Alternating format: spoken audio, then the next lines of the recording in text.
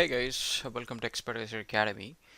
This is Raghulan. So we're going to do a Civil 3D tutorial today. So people ask me about how to actually get the volumes in a sort of like a water surface based on a water surface and a surface. So now we're going to create something like a depression, which is sort of you can consider as like a small pond or a lake or swimming pool or anything, and then we're going to put some surface on top of it, which will be we'll consider as water, and then we'll compare them and we'll get the volumes. So that is one trick to do that. So we're going to just do that one right now. So first, to start with, you need to have a surface. So I have already given some videos for you guys to actually create a surface based on CSV points and DEM files and a lot of different options. So first, create a surface, make sure that you have your surface on the screen, and the next thing that we're going to do is we're going to create some grading. So we're going to create a grading group site and all that kind of stuff. Let's get started. So first, before you start with grading, we need to have a boundary, which is like a feature line. You can start creating a feature line from this tool here, or you can actually go for polyline command, and then you can start creating it just using a regular polyline. You can have curves as well, not a problem. Yeah, we got that, and now we're going to convert this into a feature line, and we're going to create a site which we're going to call it as, let's say, pond site. Click OK, and we can leave everything to default. And then another thing we have to do is make sure that they actually are on a particular elevation, not everything in different elevation.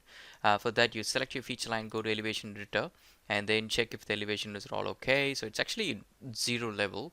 Let's say if you do start your grading based on this elevation, then generally your surface will be on a different elevation, and then you will see a waterfall effect. Now what we're going to do is we're going to bring all these points closer to the surface, and then we're going to level it up. So that's what we're going to do.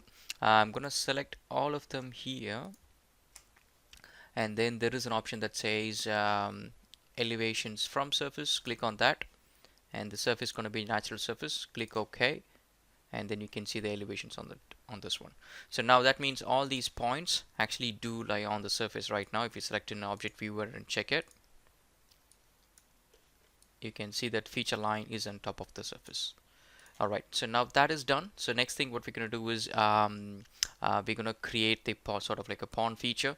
So for that we go to grading, grading creation tools, and from left to right is always the choice. Now I'm going to click on the first button, and I'm going to set the site and the grading group. I'm going to create as, let me get this one, and then put here pond.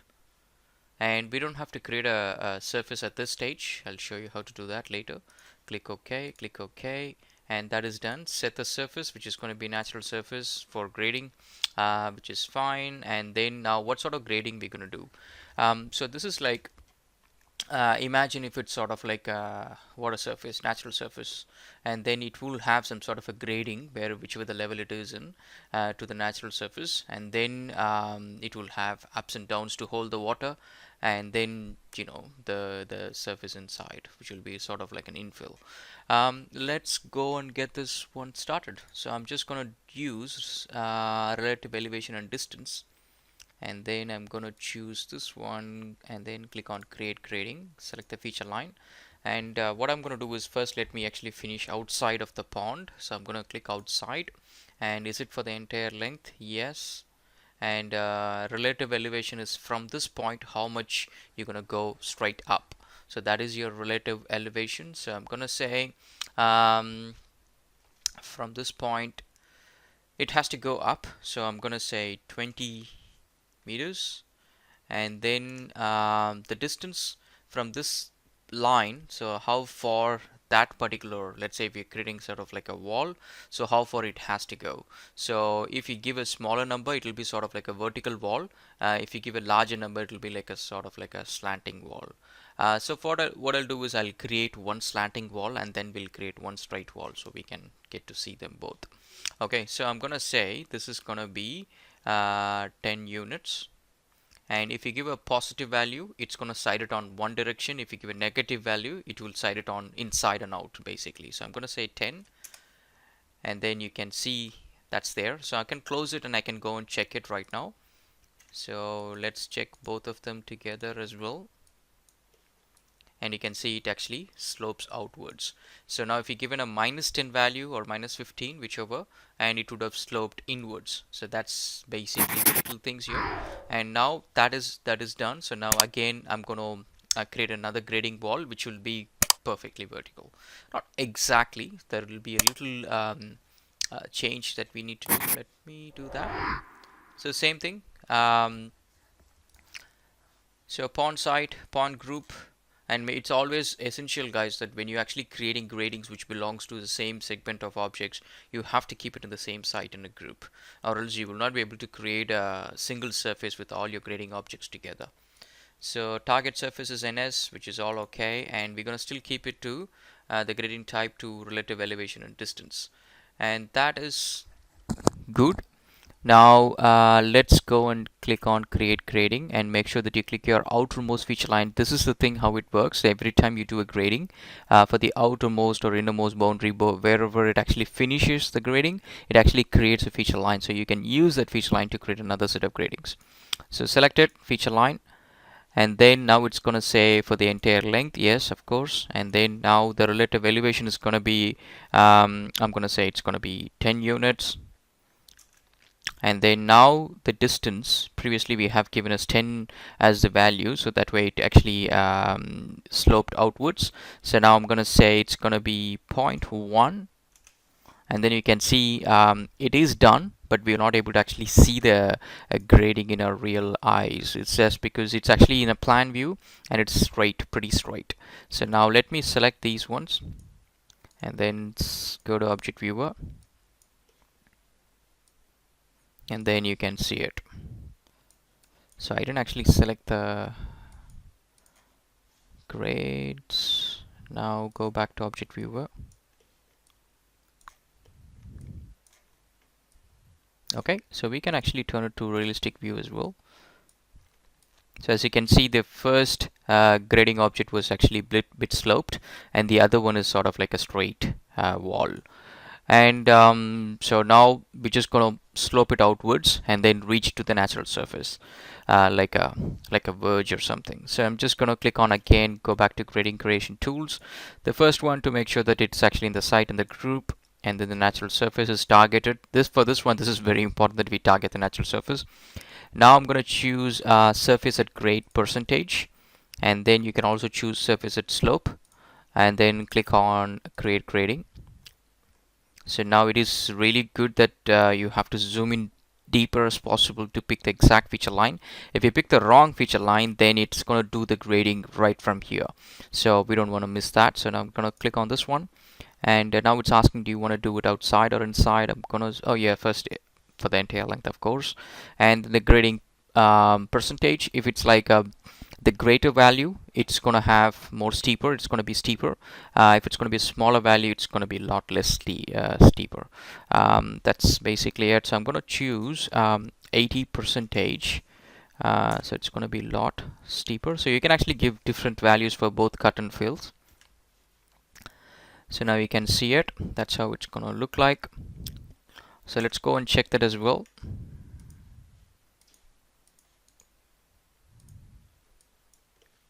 So now you can see that is how it's going to look like. So the last thing I'm going to do is I'm going to put some infills up here to fill it up. So for that, again, going back to grading creation tools, and then create infill, and then go to the innermost, and then click, and you should see a small diamond sign there. So now if you select all of these and then go to object viewer, and you should be able to see the complete object. So now that is all done. So now how do we actually create the the water surface? So first what we need to do is we need to create the surface for this object that we just created. So select your grading, just anything that you see on the screen, and then you go to grading group properties, because you don't want to do the surface just for this object. You have to do it for all the objects. So go to grading group properties, and then you got an option that says automatically create surface. Click on that, and yeah, that's name is perfectly okay. And also the contours, if you give 0.5 or 0.2, it's going to be tight contours, and if you give 2 meters and 1 meter, it's going to be a bit more wider contours. So just choose which you like, click OK. And volume base surface, for now I'm not going to do the comparison surface and volumes and stuff, so just leave it as such, click OK. And now that is done. So just to make sure that this surface is okay, just go to object viewer just to check if it is okay. Yeah, that seems fine. So now what we're going to do is we're going to create the water surface. For that, I am going to extract one of the lines which is in this particular surface, and then use that as a baseline to create another surface. So now for that, I'm going to do is like rotate within this actually model space, and typically in Civil 3D people don't really rotate objects within this model space, so I'm going to do that right now. So hold down your shift key and then hold down your middle mouse button, and you should get the orbit and you should be able to rotate it. So now let's say I need to find the values and stuff, so what level it is and things like that. So for that, you can select your surface, and then you can go to add labels, and then you can see spot elevations here, and you can also choose contour single, and then you can put values up here, and then it shows what are the values that goes in here for all of these ones. And then you can choose which one to go. I'm going to get rid of that, it just makes it a bit harder. Now I'm going to select one of the contour lines, I'm going to extract it. So select the surface, and to extract, there are different things that you can do based on the surface style that you have. You can extract those objects. So I'm going to click on extract objects, and for now we got triangles. I don't want triangles. I don't want minor contours. I want major contours. I don't want all the contours. I just want only one. So I'm going to select from the drawing. I'm going to click on this one, and then I'm going to pick one of the major contours, and then press enter. That's done. So now if you can see, that contour line is extracted. So that is pretty much your level of your water, you can imagine. So now we're going to create a surface using this particular object, and then we're going to make that as water, and then we're going to do the comparison. So for that, we're going to expand the water surface which we just created, and go to definition, and then we're going to right click on contours, add, and we're going to say water. And you can actually specify the weighting factor and supplement factor. I've mentioned in a separate video what they are and how to use them, and click OK. And then you have to go and pick the particular polyline which you just extracted, press enter, and it's create a surface. And now we're gonna select both of these guys, and then go to object viewer, and you should be able to see the actual object with water. So you can actually pick all of these and go to object viewer as well, and you can see something like that.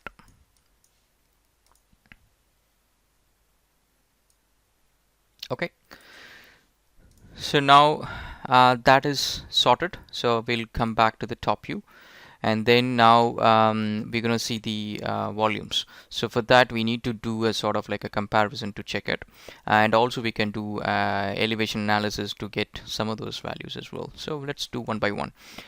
So first thing is creating a volume surface. For that, you can pick any surface just to get the ribbon on the top, and I'm going to choose volume dashboard, create a new volume entry. I'm going to call it as volume surface, and style, you can choose any style, that's not a problem. And the base surface is going to be the pond group. We don't want to choose NS. We don't, it doesn't make much difference, but still we can choose the pond group.